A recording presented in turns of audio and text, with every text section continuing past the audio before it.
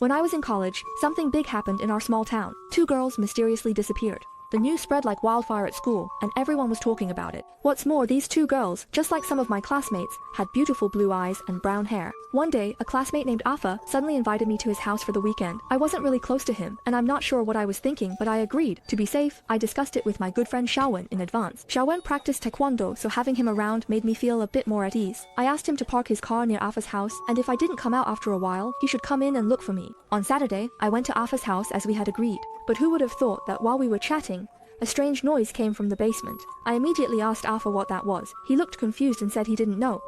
When he went somewhere else, I seized the opportunity to go downstairs, following the sound to the basement.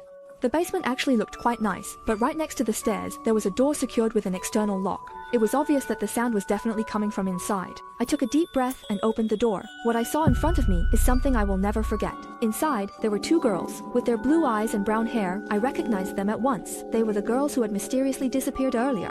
Their ankles, legs, and torsos were all tightly bound. One girl had tape over her mouth, while the other had a cloth stuffed in her mouth. I gasped in shock and hurried forward, wanting to untie them.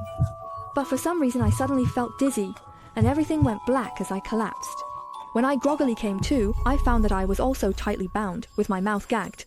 I struggled to break free, but we were tied in an X shape, making escape impossible. As I was falling into despair, I thought of Xiaowen, hoping she'd remember our agreement. After anxiously waiting about 30 minutes, I finally heard Xiaowen's voice outside, calling out, asking where I was. We did our best to make noise. Fortunately, she heard us. Right after that, the door was opened. Just as Alpha was about to use anesthesia to control us again, Xiaowen reacted quickly, disarmed him in an instant, and knocked him to the ground. After Xiaowen untied the ropes binding us, we immediately called the police. Afterwards, I remained deeply grateful. It was Xiaowen who saved me. But I also think if I hadn't invited Xiaowen with me, the consequences would have been unimaginable.